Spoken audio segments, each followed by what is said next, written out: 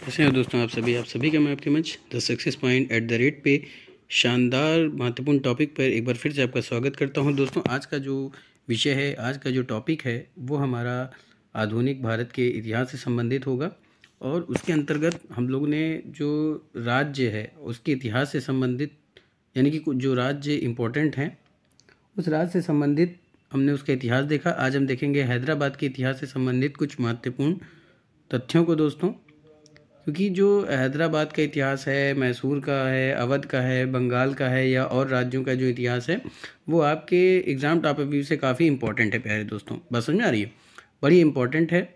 फटाफट से शुरू करने से पहले गुजारिश है कि इस वीडियो को ज़्यादा से ज़्यादा शेयर कर दें, लाइक करना ना भूलें, कमेंट ज़रूर करें, वीडियो आपको कैसी लगती है ज़रूर बताएँ, सब्सक्राइब कीजिए चैनल को, बेल आइकन ऑन कीजिए ताकि नोटिफिकेशन मिलती रहे। दोस्तों अगर आप वन लाइनर प्रश्नों को देखना चाहते हैं तो भी वन लाइनर प्रश्न भी मेरे चैनल पे अवेलेबल है और एमसीक्यू क्वेश्चन को देखना चाहते हैं तो वो भी इस चैनल पे अवेलेबल है। दोस्तों the success point at the rate का एक लक्ष्य ही है आपकी सफलता। हम कल को बेहतर बनाने का प्रयास कर रहे हैं दोस्तों, हमारे साथ लगे रहिए, हमारा साथ दीजिए, हमारा सपोर्ट कीजिए। The success point at the rate आपको उन बुलंदियों तक जरूर पहुँचाएगा दोस्तों जिसकी आप कामना करते हैं। मेरी ईश्वर से प्रार्थना है कि आप सबकी अच्छे नंबरों से सिलेक्शन हो प्यारे दोस्तों। चलिए शुरू करते हैं, देखते हैं कि आज का जो टॉपिक है आधुनिक भारत के इतिहास के अंतर्गत, उसमें हैदराबाद राज्य का इतिहास देखेंगे। आइए देखते हैं प्यारे दोस्तों। बहुत अच्छा सेशन है दोस्तों, उम्मीद करता हूं कि आज का सेशन भी आपको पसंद आएगा। चलिए शुरू करते हैं, देखते हैं हैदराबाद के इतिहास के बारे में। तो प्यारे दोस्तों हैदराबाद के इतिहास का निर्माण अनेक राज्यों व शासकों जैसे चालुक्य वंश, काकतीय वंश, दिल्ली सल्तनत, बहमनी सल्तनत, विजयनगर साम्राज्य, निजामों और अंग्रेजों के द्वारा हुआ था। बात समझे, हैदराबाद के इतिहास का जो निर्माण हुआ था वो अनेक राज्यों व उनके शासक जैसे कि चालुक्य वंश, काकतीय वंश, दिल्ली सल्तनत, बहमनी सल्तनत, विजयनगर साम्राज्य, निजामों और अंग्रेजों के द्वारा हुआ था। इसी कारण इनका इतिहास अत्यधिक विविधतापूर्ण है। बात समझ आ रही है दोस्तों, हैदराबाद का जो इतिहास है इसी कारण से विविधतापूर्ण है।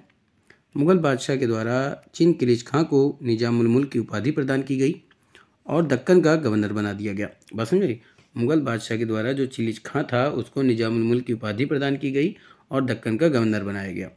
1722 ईस्वी की बात है कि 1722 ईस्वी में मुगल साम्राज्य का वजीर नियुक्त किया गया। किसको? चिलिच खां को। लेकिन उसके तुरंत बाद वह दक्कन लौट गया और उस क्षेत्र पर अपनी पकड़ को मजबूत किया। बस समझ, 1722 ईस्वी में मुगल साम्राज्य का वजीर बनाया गया चिलिच खां को, और चिलिच खां ने क्या किया कि वजीर बनते ही वह अपने दक्कन लौट गया और उस क्षेत्र को मजबूती के साथ पकड़ कर रखा। बात समझ आई।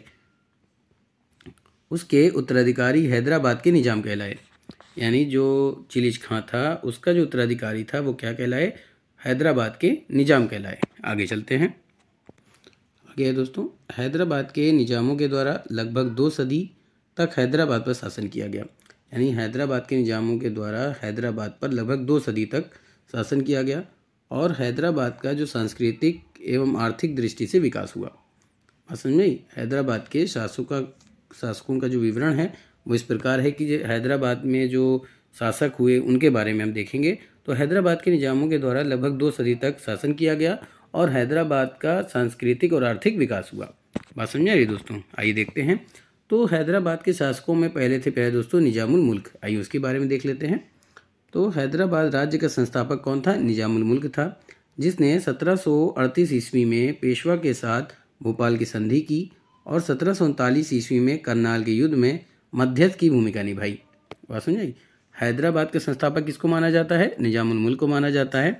निजामुल मुल्क ने क्या किया था प्यारे दोस्तों? 1738 ईस्वी में पेशवा के साथ कौन सी संधि की थी? भोपाल की संधि की थी और 1739 ईस्वी में करनाल के युद्ध में मध्यस्थ की भूमिका निभाई थी। ठीक है, आगे चलते हैं। इसके बाद आया था प्यारे दोस्तों नासिर जंग। इसकी हत्या पठान हिम्मत खां के द्वारा जिंजी के निकट कर दी गई थी। नासिर जंग की हत्या जो है वो कहाँ की गई थी? जिंजी के निकट की गई थी। किसके द्वारा की गई थी? तो हिम्मत खां के द्वारा की गई थी। और हिम्मत खां कौन था? एक पठान था। बात समझे। इसके बाद आया था मुजफ्फर जंग। आइए उसके बारे में देखते हैं। तो मुजफ्फर जंग फ्रांसीसियों की मदद से सिंहासन पर बैठा, लेकिन जल्द ही उसकी दुर्घटनावश मृत्यु हो गई। जो मुजफ्फर खां था वो सिंहासन पर बैठा किसकी मदद से? फ्रांसीसियों की मदद से बैठा था, पर उसका शासनकाल ज़्यादा दिन तक न चल सका, वो दुर्घटनावश उसकी मृत्यु हो गई। तो मुजफ्फर जंग के बाद प्यारे दोस्तों कौन आया था? सलाबत जंग। यह भी फ्रांसीसियों की मदद से शासक बना। जो सलाबत जंग था वो किसके मदद से शासक बना था? फ्रांसीसियों की मदद से बना था शासक। बात समझ में आ रही? आगे चलते हैं। हैदराबाद के निजाम जो थे वो कला, संस्कृति और साहित्य के बहुत बड़े अनुयायी थे। यानी कि जो हैदराबाद के निजाम थे वो क्या करते थे? कला, संस्कृति और साहित्य के बहुत बड़े मानने वाले थे। उन्होंने हैदराबाद में सालार जंग संग्रहालय और चौमहला महल का निर्माण करवाया। दोस्तों यहाँ से कई प्रश्न बन सकते हैं कि ये जो चौमहला महल है उसका निर्माण किसने करवाया? तो हैदराबाद के निजामों ने करवाया। और ये जो चौमहला महल है उसका निर्माण कहाँ किया गया था? तो हैदराबाद में किया गया था। और एक महल संग्रहालय कौन सा है? सालार जंग संग्रहालय। तो सालार जंग संग्रहालय भी कहाँ स्थित है दोस्तों? हैदराबाद में स्थित है। अब आगे देखते हैं जटों का इतिहास के बारे में। तो जटों के इतिहास के बारे में देखते हैं पहले दोस्तों। तो मुगल शासक औरंगजेब के विरुद्ध विद्रोह करने के बाद 17वीं सदी में शक्तिशाली भरतपुर राज्य की स्थापना के साथ जाट राज अस्तित्व में आया था। जो मुगल शासक औरंगजेब था उसके विरुद्ध विद्रोह किया गया और विद्रोह करने के बाद 17वीं सदी में शक्तिशाली भरतपुर राज्य की स्थापना के साथ जाट राज्य अस्तित्व में आया था। विद्रोही मुख्यतः कौन थे? जैसे हरियाणा, पंजाब और गंगा दोआब के पश्चिमी भाग के ग्रामीण इलाकों में केंद्रित थे। यानी जो विद्रोही थे वो कहाँ कहाँ से केंद्रित थे, कहाँ कहाँ से संबंधित थे? हरियाणा से, पंजाब से और गंगा दोआब के पश्चिमी भाग से। और पूर्वी क्षेत्र में अनेक छोटे छोटे राज्य मिलते थे। ये प्राचीन व मध्यकालीन कृषक के साथ साथ महान योद्धा भी थे जिन्हें हिंदू व मुस्लिम शासकों के द्वारा सैनिक के रूप में भर्ती किया गया था। बात समझ में आई दोस्तों? जो विद्रोही थे वो तो पश्चिमी भाग के ग्रामीण इलाकों में केंद्रित थे और पूर्वी क्षेत्र में अनेक छोटे छोटे राज्य भी मिले। तो ये जो प्राचीन व मध्यकालीन कृषक के साथ ये क्या थे? दोनों काल में, यानी प्राचीन भी और मध्यकालीन में भी कृषकों के साथ साथ महान योद्धा भी थे जिन्हें हिंदू और मुस्लिम शासकों के द्वारा सैनिक के रूप में सेना में चुना गया था। आगे चलते हैं। आगे दोस्तों आगरा क्षेत्र के कुछ महत्वाकांक्षी जाट जैसे जमींदारों का मुगल, राजपूत और अफगानों के साथ संघर्ष भी हुआ क्योंकि वे जाट जमींदार एक स्वतंत्र राज्य की स्थापना करना चाहते थे। बस समझ में आई? आगरा क्षेत्र के जो महत्वाकांक्षी जाट थे वो क्या कहते? जमींदारों का मुगल, राजपूत और अफगानों के साथ संघर्ष भी किया उन्होंने क्योंकि वे जाट जो थे वो जमींदार का एक स्वतंत्र राज्य की स्थापना करना चाहते थे। सूरजमल एकमात्र जाट नेता था जिसने बिखरे हुए जाटों को एक शक्तिशाली राज्य के रूप में संगठित किया था। बात समझे? सूरजमल एकमात्र ऐसा जाट था जिसने क्या किया था? बिखरे हुए जाटों जो इधर उधर फैले थे उनको एक शक्तिशाली राज्य के रूप में संगठित किया। और कुछ प्रमुख जाट नेताओं को विवरण इस प्रकार है, आइए देखते हैं। तो पहला है आपका गोखला। पहला क्या है दोस्तों? गोखला या तिलपत का जमींदार था। गोखला कौन था? या तिलपत का जमींदार था जिसने 1659 ईस्वी में जाट विद्रोह का नेतृत्व किया था। जाट विद्रोह का नेतृत्व 1669 में किसने किया था? तो गोखला ने किया था। ये कहाँ का जमींदार था? तो ये तिलपत का जमींदार था। लेकिन मुगल गवर्नर हसन अली के द्वारा विद्रोह को दबा दिया गया और गोखला की मृत्यु हो गई। बात समझ आई? गोखला जो था वो तिलपत का जमींदार था। 1669 ईस्वी में जाट विद्रोह का नेतृत्व किया था इसने और मुगल गवर्नर जो हसन अली के द्वारा विद्रोह को दबा दिया गया था। ठीक है, कौन सा विद्रोह? जो 1669 में हुआ था, इसमें गोखला की मृत्यु भी हुई। गोखला के बाद आए थे प्यारे दोस्तों राजा राम। उसके बारे में देख लेते हैं। तो राजा राम कहाँ का जमींदार था? सिंसना का जमींदार था जिसने 1685 ईस्वी में जाट विद्रोह का नेतृत्व किया। अमर के राजा बिशन सिंह कछवाहा के द्वारा इस विद्रोह को दबा दिया गया था। यानी जो जाटों का विद्रोह 1685 ईस्वी में हुआ था उस विद्रोह को किसने दबाया था? बिशन सिंह ने। और बिशन सिंह कहाँ के राजा थे? अमर के राजा थे। ठीक, इस विद्रोह को दबा दिया और राजा राम की क्या हो गई? वहाँ मृत्यु हो गई। आगे चलते हैं। प्यारे दोस्तों राजा राम के बाद आए थे जूड़ामन। बस समझ आई? राजा राम के बाद कौन आए थे? जूड़ामन। तो राजा राम का भतीजा था जूड़ामन। जूड़ामन कौन था? राजा राम का भतीजा था जिसने 1704 ईस्वी में मुगलों को हराकर सिनसनी पर कब्जा कर लिया। सिनसनी का जमींदार कौन था? राजा राम। और राजा राम की तो मृत्यु हो गई थी 1685 ईस्वी में। लेकिन जब 1704 ईस्वी में जो राजा राम का भतीजा जूड़ामन था उसने मुगलों को हराया और सिनसनी पर दोबारा से कब्जा कर लिया। जूड़ामन ने भरतपुर राज्य की स्थापना की। देखिए यहाँ से एक प्रश्न और बन सकता है कि भरतपुर राज्य की स्थापना किसने की थी? जूड़ामन ने की थी। और बहादुर शाह ने इसे मनसब प्रदान किया था। इसने बंदा बहादुर के विरुद्ध मुगल अभियान में मुगलों का साथ दिया था। बात समझ में आई? जब बंदा बहादुर के विरुद्ध जो मुगल अभियान चलाया गया था उसमें मुगलों का साथ किसने दिया था? जूड़ामन ने दिया था। और जूड़ामन ने क्या किया था? भरतपुर राज्य की स्थापना की थी। जूड़ामन किससे संबंधित था? राजा राम से। ये राजा राम का भतीजा था।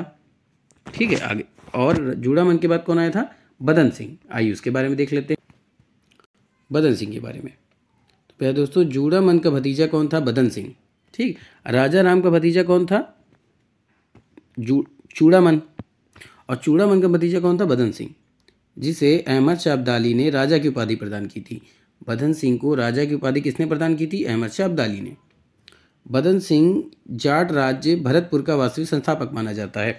भरतपुर का वास्तविक संस्थापक किसको माना जाता है? बदन सिंह को। और बदन सिंह किसका भतीजा था? जूड़ामन का। जूड़ामन किसका भतीजा था प्यारे दोस्तों? अभी आपने पीछे पढ़ा, तो जूड़ामन जो है वो राजा राम का भतीजा था। बात समझ में आई? बदन सिंह को राजा की उपाधि किसने प्रदान की थी? अहमद शाह अब्दाली ने प्रदान की थी। और जाट राज्य जो भरतपुर है उसका वास्तविक संस्थापक किसको माना जाता है? बदन सिंह को। अब बदन सिंह के बाद आया था प्यारे दोस्तों सूरजमल। उसके बारे में देख लेते हैं। सूरजमल के बारे में देखें प्यारे दोस्तों, तो सूरजमल बदन सिंह के द्वारा गोद लिया गया पुत्र था। यानी सूरजमल को बदन सिंह ने गोद लिया था। उसे जाट शक्ति का प्लेटो और जाट अफलातून भी कहा जाता था।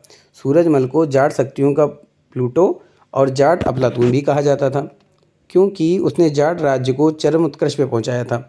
सूरजमल ने क्या किया था? जो जाट राज्य था उसको चरमोत्कर्ष पे पहुंचाया था। उसने दिल्ली, आगरा और मेवाड़ के क्षेत्रों में जाट अभियानों का नेतृत्व किया और पानीपत की तीसरी लड़ाई में मराठों की सहायता करने के लिए भी सहमत हुआ था। सूरजमल ने मराठों की सहायता कब की थी? पानीपत की तीसरी लड़ाई में। पठानों द्वारा दिल्ली के पास इसकी हत्या कर दी गई। सूरजमल की हत्या पठानों के द्वारा कहाँ की गई थी? दिल्ली में की गई थी। और सूरजमल जो था वो बदन सिंह के द्वारा लिया गया गोद पुत्र था। यानी बदन सिंह के द्वारा सूरजमल को गोद लिया गया था। सूरजमल को जाट शक्ति का प्लूटो और जाट अफलातून कहा जाता था। याद रखिएगा दोस्तों।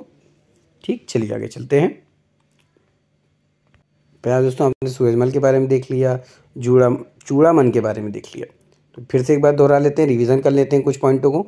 सूरजमल किसके द्वारा गोद लिया गया था? तो बदन सिंह के द्वारा गोद लिया गया था। जाट शक्ति का प्लूटो और जाट शक्ति का अफलातून किसको कहा जाता है? तो सूरजमल को कहा जाता है। ये भी याद रखिएगा। दिल्ली, आगरा, मेवाड़ के क्षेत्रों में जाट अभियानों का नेतृत्व किसने किया था? जूड़ामन ने किया था। ये भी एक इंपॉर्टेंट लाइन हो सकती है प्यारे दोस्तों। पानीपत की तीसरी लड़ाई में मराठों की सहायता करने के लिए किसने सहमत हुआ था? वो था सूरजमल। समझ में आई? और बदन सिंह जो था वो किसका भतीजा था? चूड़ामन का। और चूड़ामन किसका भतीजा था? राजा राम का। बात समझ में आ रही है? और राजा राम जो था प्यारे दोस्तों वो किसका उत्तराधिकारी था? ये बताइए।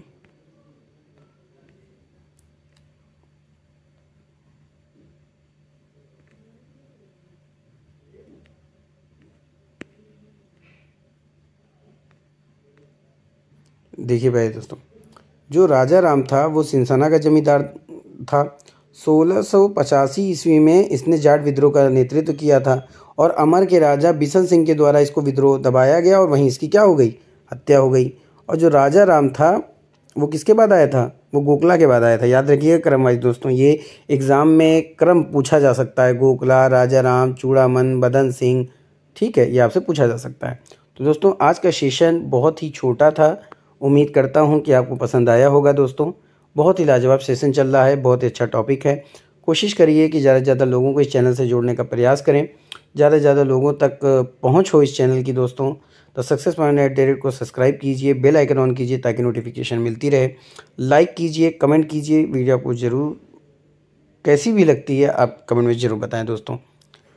जितना लोग इस वीडियो को, इस चैनल से जुड़ेंगे दोस्तों, हमारा मनोबल बढ़ेगा और हम और अच्छा करने का प्रयास करेंगे, क्योंकि the success point at the rate एक ऐसा मंच है जो काफ़ी महत्वपूर्ण टॉपिकों को और एमसीक्यू, उन महत्वपूर्ण प्रश्नों को, उन महत्वपूर्ण एमसीक्यू क्वेश्चन को आपके बीच में लेकर आता है, जिससे आप अपने लक्ष्यों के बहुत करीब पहुंच सकें, अपना लक्ष्य जल्द से जल्द हासिल कर सकें। दोस्तों फिर मिलेंगे इसी जुनून के साथ, तब तक के लिए जय Hind, wish you all the best.